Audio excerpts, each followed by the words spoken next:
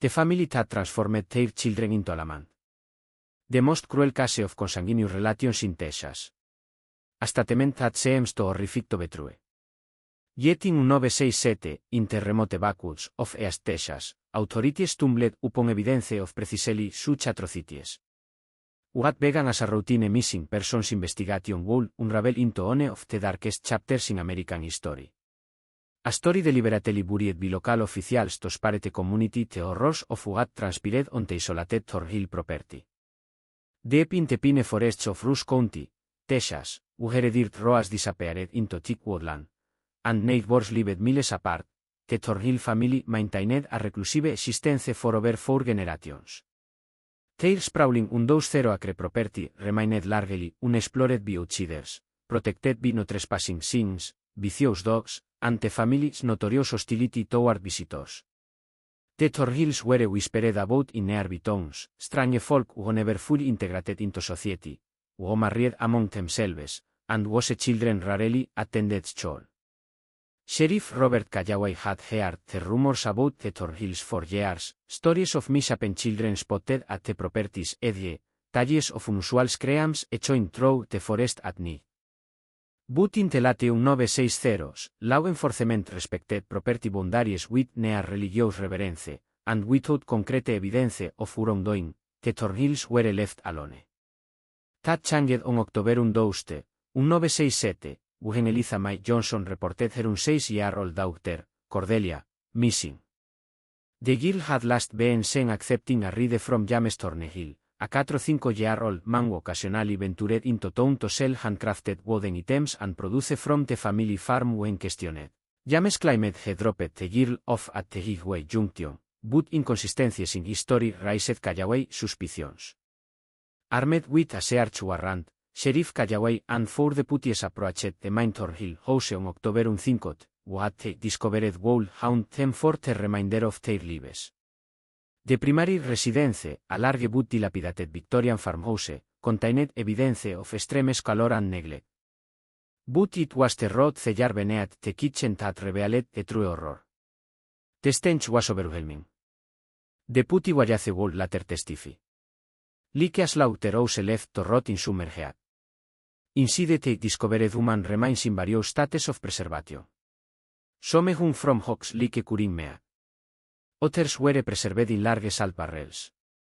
Most disturbing were the carefully labeled glass jars containing preserved organs and other body parts. Further investigations revealed that the Thornhill family, led by Patriarch Silas Thornhill, had practiced extreme consanguinity for generations. What began as cousins marrying cousins in the 1880s had by the 1960s evolved into something far more sinister. Siblings bearing children together, fathers procreating with daughters, mothers with sons. The result was a family tree that folded in upon itself in biologically impossible ways. The physical and cognitive impairments that resulted from generations of inbreeding became increasingly severe. Rather than see these children as victims of their practices, the family developed a twisted belief system. They viewed these imperfect offspring as a food source, a way to reclaim what they considered failed progeny. During the initial search, investigators found unknown living individuals on the property, many bearing obvious signs of genetic disorders, abnormal facial features, stunted limbs, and cognitive impairments. Evidence suggested that those deemed though imperfect were eventually killed and consumed by the family in a dubious ritual that they believed strengthened their bloodline. As Sheriff Callaway surveyed the scene of unimaginable depravity, he made a decision that would later become controversial, concerned that full public disclosure would traumatize the community and attract homeless tourism. He classified much of the investigation. The official record would note only that the Thornhills were arrested for murder and other crimes against nature. Make sure you resubscribe to this channel to receive notifications when the next chapter is released. The scientific analysis of 4 generations of inbreeding and its catastrophic consequences will shock you to your core.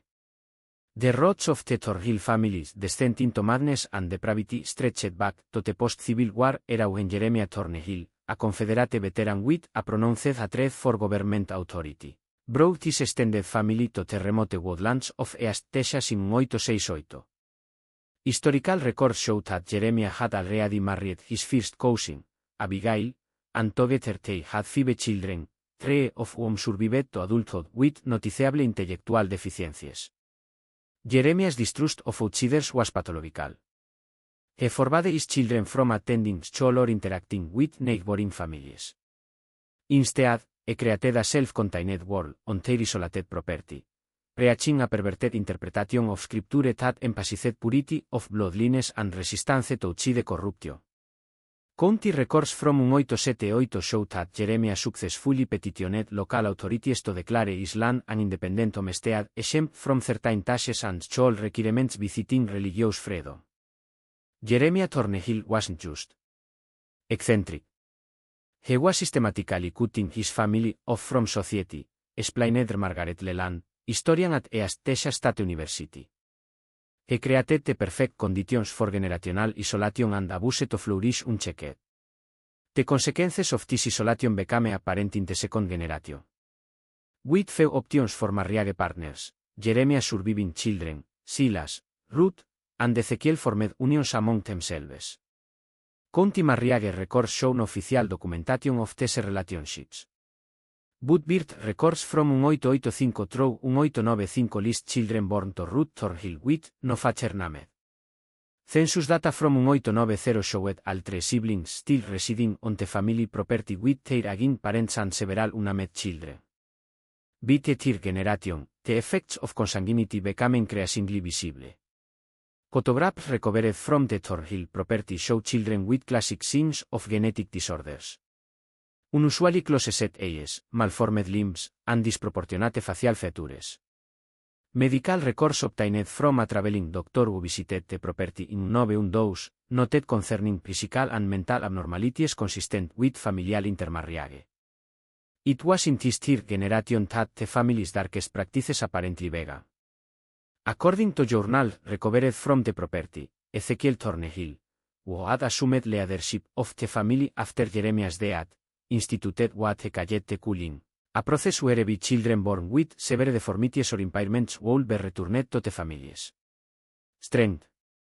Forensic analysis of bones found buried on the property confirmed that some remains belong to infants and young children with significant skeletal abnormalities. Between 1920 and 1930, the fourth generation of Thornhills had taken this practice to an unimaginable extreme. Under the leadership of Abraham Thornhill, Ezekiel's son, the family had developed an elaborate belief system around consuming their imperfect offspring. Family writings describe this as reclaiming the strength from failed vessels and purifying the bloodline by reabsorption. The Great Depression ironically provided cover for the Thornhill's practices. As many remote communities resorted to extreme measures to survive, neighbors who might have noticed the disappearance of Thornhill children assumed the worst consequences of poverty, not the reality of ritualized cannibalism. World War I brought a brief period of outside contact when two Thornhill men, James and Joseph, were drafted. Military records show they were quickly discharged due to psychological unsuitability and evidence of inbreeding. Nevertheless, their brief exposure to the outside world brought back new ideas to the family compound, including modern preservation techniques that would later be employed in the family's horrific practices. Between 1950s, the Thornhill property had grown increasingly ramshackle and desolated. Aerial photographs from a 1956 county survey show multiple structures in various states of disrepair scattered across the property. The main house, once an impressive Victorian farmhouse, had deteriorated significantly. Surrounding it were smaller cabins, sheds, and what appeared to be underground structures. The physical decay of the property mirrored the genetic decay of the family, noted forensic psychologist Robert Harlow. As their bloodline became increasingly compromised, so did their environment and their grip on any semblance of normal human behavior. It was into this nightmare that Cordelia Johnson unwittingly stepped in October 1967, accepting a ride from James Thornhill, who had been sent to town to acquire supplies, and as investigators would later discover, to find new genetic material for the declining family line. The investigation into the Thornhill family quickly expanded beyond the local sheriff department as the horrific nature of their crimes became apparent. By October 18, 1967. The Texas Rangers and we had established a joint task force converting an abandoned school building in nearby Henderson into a command center for what would become one of the most disturbing criminal investigations in American history. When Ed Everyone to remain composed and professional, instructed Texas Ranger Captain Harold Mitchum during the first briefing. What were dealing with here, well at the constitution of even the most seasoned law enforcement officer. Remember, our job is to collect evidence, find victims, and build a case that will ensure these people never see freedom again. The methodical search of the Thornhill property uncovered evidence more disturbing than initially believed behind the main house. Investigators discovered a smokehouse that contained human remains in various stages of preparation. Carbon dating would later reveal that this practice had been ongoing for at least 4 decades in a separate building apparently used as a birthing center. They found detailed records of every birth on the property since 1930. Each entry included clinical descriptions of physical abnormalities, a viability assessment, and a final designation que per provider. Those labeled as providers had no further records, no education notations, no work assignments, nothing to indicate they had continued as part of the family. They had simply disappeared from the documents consumed by their own bloodline. The level of organization was chilling. FBI Special Agent Leonard Pierce would later write in his memoir. This wasn't some explosion of psychotic behavior. This was a systematized generational practice with its own internal logic and record-keeping. The most difficult aspect of the investigation involved interviewing the surviving Thornhill family members. Many displayed obvious cognitive impairments resulting from generations of inbreeding. Others demonstrated a complete moral dissociation that stunned even veteran interrogators. Matilda Thornhill, says those, spoke matter-of-factly about the family's practices. The strong honest live and work. The simple honest return their strength to the family. That's the natural way of things. When shown photographs of children who had disappeared, she displayed no emotional reaction, merely commenting on whether they had made a good step or not. Investigators were particularly interested in Silas Thornhill, Jr., 47, who appeared to have assumed leadership of the family in recent years. Unlike many family members, Silas showed no obvious physical signs of genetic disorders and possessed an unsettling intellectual clarity. Educated by his grandfather from books collected over generations. Silas had developed a pseudoscientific justification for the family's practices. Your society wastes resources on the weak, he told investigators during his third interview. We understood efficiency long before your scientists. When the vessel is flawed, the essence must be reclaimed and repurposed. The flesh returns to strengthen the bloodline. Among the most disturbing discoveries was a handwritten manual titled The Preparation of Providers, which detailed methods for determining which children would be designated as food sources, how they should be raised until harvest, and detailed instructions for butchering and preparing human flesh in various ways. Forensic analysis indicated this. Document had been updated and expanded over at least 3 generations. The investigation took an unexpected turn when investigators began analyzing the family's extensive records amidst birth logs and crude genetic charts. They discovered documentation of occasional introductions, instances where outsiders had been brought into the family. These weren't merely kidnappings. They represented calculated attempts to introduce new genetic material into the increasingly compromised Thornhill bloodline. They understood on some primitive level that their inbreeding was causing problems, explained Leyanena Simmons, a geneticist consulted by the FBI. But rather than stop their consanguineous practices, they periodically abducted outsiders to temporarily strengthen their gene pool. Records suggested that over the past 40 years, at least 7 people had been abducted and integrated into the family through forced marriage and breeding. 11 they had produced children. These outsiders typically disappeared with family records indicating they had been processed like other providers. Leave a comment with this is so disturbing if you're shocked as I am by these historical events.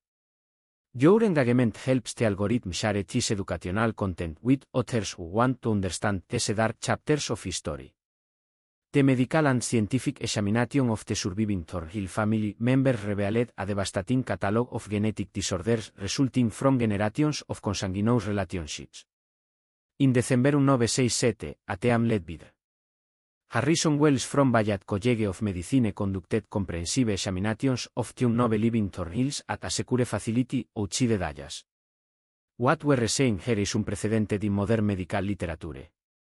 Wells reported, the cumulative effect of inbreeding coefficients TC has produced genetic complications even ever encountered outside the textbook worst case scenarios. The Thornhill family's inbreeding had reached levels rarely documented in human populations. While first causing marriages an inbreeding coefficient of 0.625 can increase the risk of birth defects by approximately 2 to 3.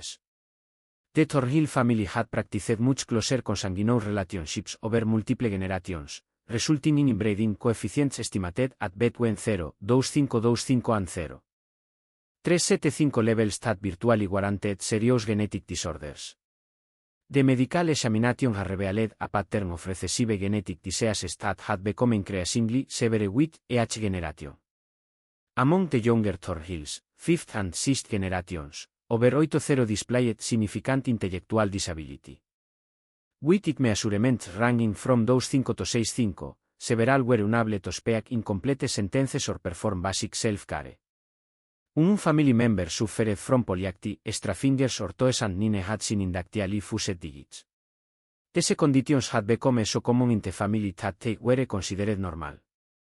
Facial dysmorphism was present in nearly all members, including abnormally close-set eyes, malformed ears, and pronounced prognathism, protruding jaw. 7 members had been born with heart defects, though only those with milder conditions had survived to adulthood. Perhaps most disturbing was the emergence of novel genetic disorders that the medical team couldn't classify. According to existing literature, 3 of the younger Thornhills exhibited a previously undocumented syndrome involving progressive muscular atrophy combined with hyperactive metabolic function. They remained ravenously hungry despite muscle wastage and required nearly constant feeding. In effect, they created genetic disorders that don't exist in the general population, explained Ramelia Richardson, a geneticist who consulted on the case. With such a restricted gene pool, recessive mutations that might occur in perhaps one in several million people in the general population became virtually guaranteed within this family. The medical team discovered that the Thornhills' practice of consuming their own kin had a perverse genetic logic to its family records indicated that those selected for processing typically displayed the most severe manifestations of genetic disorders. By removing these individuals from the breeding population, the family was attempting a crude form of eugenics. They were practicing a primitive horrific form of genetic selection, the Richardson noted. But ironically, by continuing to breed within their restricted family group, they were simultaneously ensuring that these genetic problems would not only persist but worsen over time. The scientific study of the Thornhill case made a significant contribution to understanding the consequences of extreme inbreeding in human knowledge that had previously been limited to theoretical models or observations in laboratory animals. Several academic papers were published based on anonymized data from the case. Though the full details remained classified for decades, dental examinations revealed another disturbing pattern. Many family members displayed unusual wear patterns on their teeth, consistent with a diet significantly different from typical American eating habits of the era. The dental evidence suggests a long-term diet unusually high in certain proteins and low in processed carbohydrates, reported Laurence Freeman, forensic odontologist. The wear patterns are consistent with regular consumption of undercooked human flesh. Iron tissue samples from family members contained elevated levels of certain minerals and compounds associated with cannibalism, including specific proners that would later help researchers better understand diseases like Kuru, a degenerative neurological disorder linked to the consumption of human brain tissue. Indeed, 3 of the older Thornhill family members exhibited symptoms consistent with early stage pon disease, including tremors, attack impaired coordination, and periods of confusion. This suggested that their cannibalistic practices had continued long enough to trigger these rare conditions. Blood type analysis of the family revealed another dimension of their isolation. While the general American population displays significant diversity in blood types. Un 8 of the 9 Thornhills had type A blood with only one member having type A likely inherited from one of the outsiders forcibly brought into the family decades earlier. The homogeneity of blood types is another indicator of extreme genetic isolation. There. Wells noted, in a normal population sample of this size, we would expect to see all major blood types represented. The legal proceedings against the Thornhill family began in February 1968, though they were conducted with unprecedented secrecy. Due to the disturbing nature of the crimes and concerns about copycat behaviors, Judge William Harrington ordered the courtroom seal and all documents classified. The trial would not be open to the public or press with only essential court personnel, selected law enforcement, and expert witnesses permitted to attend. The details of this case are so profoundly disturbing that making them public would serve no constructive purpose. Judge Hinton wrote in his sealing order. The public's right to information must be balanced against potential harm to the community and the dignity of the victims. The prosecution led by District Attorney George Whitman faced unique challenges. How could they present such extreme crimes to a jury without causing psychological trauma? How would they find jurors who could remain impartial after hearing such evidence? Ultimately, the decision was made to waive jury trial with the case instead presented directly to Judge Harrington in a bench trial. 7 adult Thornhill family members were deemed competent to stand trial. Silas Jr., James, Matilda, Ruth, Joseph, Abigail, and Thomas. They faced charges including murder, kidnapping, false imprisonment, abuse of a corpse, and illegal first for Texas, ritualized cannibalism, which was prosecuted under rarely used statutes dating back to the 19th century. The remaining Windows family members were deemed incompetent due to severe cognitive disabilities resulting from generations of inbreeding.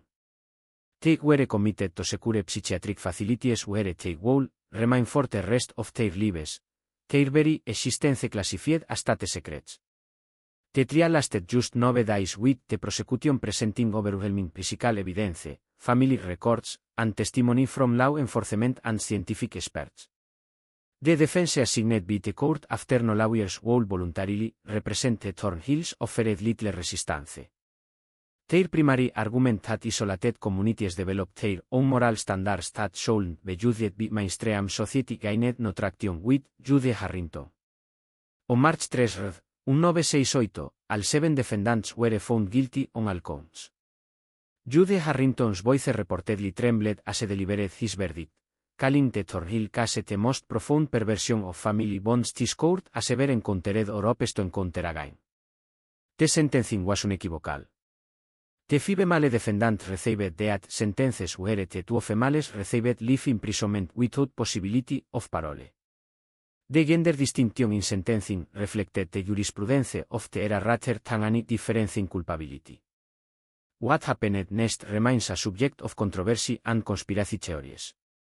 Official records indicated that Silas R., James, Joseph, and Thomas Thornhill were executed by electric chair at Huntsville Prison on September 1969. However, recently, the classified documents suggest the executions might never have occurred. Instead, these documents hint at a classified government program that took custody of the Thornhills for an intensive scientific study called Ames Project Heritage.